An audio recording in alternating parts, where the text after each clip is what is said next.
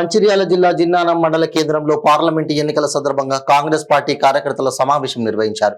ఈ కార్యక్రమానికి ఆదిలాబాద్ పార్లమెంట్ అభ్యర్థి ఆత్రం సుగుణ, ఖానాపూర్ ఎమ్మెల్యే వెడ్మ బొజ్జు పటేల్ ముఖ్య అతిథులుగా హాజరయ్యారు.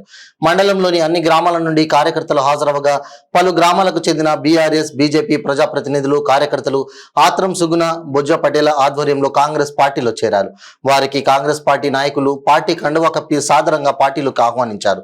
ఈ సందర్భంగా ఆత్రం సుగుణ మాట్లాడుతూ, నేను జిన్నారం మండల ఆడబిడ్డను, కాంగ్రెస్ పార్టీ నా మీద నమ్మకంతో ఎంపీ టికెట్ ఇచ్చిందన్నారు. ప్రజలకు సేవ చేసేందుకు ఉపాధ్యాయ వృత్తిని వదిలి నిరంతర ప్రజాసేవలో ఉండేందుకు కాంగ్రెస్ పార్టీలోకి వచ్చానని తెలిపారు. కాంగ్రెస్ పార్టీ కార్యకర్తలు నా కోసం పనిచేసి మీ ఆడబిడ్డను పార్లమెంటుకు పంపాలని కోరారు. వెడ్మ బొజ్జు పటేల్ మాట్లాడుతూ, రానున్న పార్లమెంట్ ఎన్నికలలో కలిసికట్టుగా పనిచేసి ఎంపీగా సుగుణక్కను గెలిపిద్దామని పిలుపునిచ్చారు.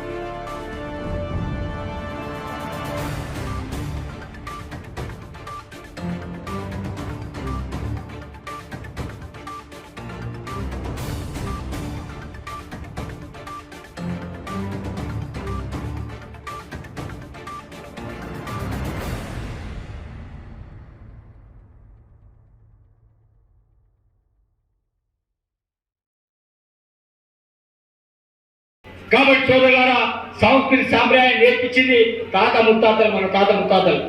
ఇప్పుడు ఏదో బీజేపీ పేరు మీద జై హనుమాన్, జై శ్రీరామ్ అనగానే మనం అంటలేం.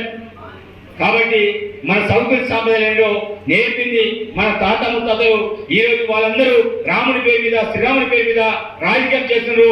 అదేవిధంగా బీఆర్ఎస్ పార్టీ నిన్న తిరుగుతున్నారు రైతుల గురించి మాట్లాడుకుంటా.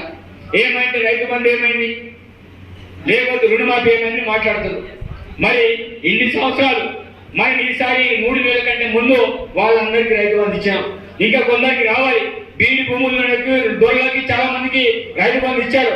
కానీ ఈరోజు నిజమైన రైతులకి, కర్షకులకు, కర్మలకి రైతు బంధు ఇచ్చే ప్రభుత్వం కాంగ్రెస్ పార్టీ. మరి నిన్న కూడా చూసా, జాన్సన్ ఇన్ని రోజులు అడ్రస్ లేదు, ఎక్కడో తిమ్మకూలు పోయి మక్కలు ఎంత పరీక్షిస్తున్నారు. నీరు లేదు, ఇది లేదు, ఎండిపోయినాయి. అంటే కాంగ్రెస్ పార్టీ వర్షాన్ని పడకుండా చేసింది, కాంగ్రెస్ పార్టీ మొత్తం నీరు లేకుండా చేసింది. కాంగ్రెస్ పార్టీకి అంత నష్టం వచ్చినట్టు. ఈ ఎలక్షన్ అయితే జాన్సన్ అయితే ఈ ప్రాంతంలో అసలు ముఖం కూడా కనబడదు. అతని మీద కొంతమంది చెంచగాళ్ళు తిరుగుకుంటా అంటే ఇష్టారీతిన చేస్తున్నారు. కాబట్టి ఏదేమన్నా సరే కాంగ్రెస్ పార్టీ ఇచ్చిన మాట కట్టుబడి ఉంటుంది. తప్పకుండా కాంగ్రెస్ పార్టీ ఏదైనా చేయడానికి సిద్ధంగా ఉంటుంది. కాబట్టి సోదరులారా, కాంగ్రెస్ పార్టీ సిద్ధాంతాలు తెలిసిన వ్యక్తులుగా ఈరోజు కుల రాజకీయాలు చేయకుండా హిందూ, ముస్లిం, సిక్, సాయి మనమంతా ఒకటే ఏకైక నిర్ణయంతో పోయి కాంగ్రెస్ పార్టీ. అలాంటి కాంగ్రెస్ పార్టీ మన ప్రాంత బిడ్డకి, సుగ్రత గారికి ఈరోజు అవకాశం ఇచ్చారు. ఈమెను గెలిపియండి. తప్పకుండా ఈమె మీ అందరికీ రుణపడి ఉంటుంది. తప్పకుండా ఈమె గెలిస్తే అక్క, నేను మీ మిత్రం కలిసి ఈ ప్రాంత సమస్యల కోసం మేము పోరాటం చేస్తాం. నియోజకవర్గంలో ఆమె డబ్బులు కావచ్చు, నా డబ్బులు కావచ్చు, ఇద్దరు డబ్బులు కలిపి ఈ ప్రాంతాన్ని అనేక రకాలుగా సిరిసిల్ల, సిద్దిపేట, గజ్వేల్గా డెవలప్మెంట్ చేసే బాధ్యత మాది. నేను అసెంబ్లీ కూడా మాటిచ్చా, సిరిసిల్ల కంటే దీటుగా ఖానాపూర్ని అభివృద్ధి చేస్తానని అసెంబ్లీలో గలమెత్తిన. ఈ రోజు సుగ్నక్క గారు ఆదిలాబాద్ పార్లమెంట్ ని డెవలప్మెంట్ చేసే బాధ్యత నాదని మాట్లాడడానికి, ఆమెని పార్లమెంట్ పంపించే బాధ్యత మీది. మీరు మాటిస్తారు కదా, గెలిపిస్తారు కదా, చేతి కూడా పోటీ ఇస్తారు కదా. ఈ రోజు మీరందరూ కూడా ఈ రోజు నుంచి 5 న్యాయ సూత్రాలు ఏదైతే రాహుల్ గాంధీ చెప్పినట్టు 5 న్యాయ సూత్రాలు ఉంటో గడప గడపకు మీరు తీసుకెళ్ళండి. ఎందుకంటే ఈ ఎలక్షన్ ఒక ఎన్నికల కనబడదు. అదే అసెంబ్లీ ఎన్నికలంటే చాలా రకాలుగా ఏం కనబడుతుందంటే, అసెంబ్లీ ఎన్నికలలో మీకు ఒక ఎలక్షన్ వాతావరణం కనబడుతుంది. కానీ పార్లమెంట్ ఎన్నికల్లో ఎలక్షన్ వాతావరణం కనబడదు. కాబట్టి మీరే ఎంపీలు, మీరే ఎమ్మెల్యేలు, మీరే డోర్ తిరగాలి. సుగుణకు వచ్చినా రాకపోయినా మీరందరూ కూడా గడప గడప తిరగాలి. నేను వచ్చినా రాకపోయినా మీరందరూ కూడా గడప గడప తిరగాలి. కాబట్టి సోదరులారా, మీరు ఆ రకంగా క్షేత్రస్థాయిలో బలంగా పనిచేసిన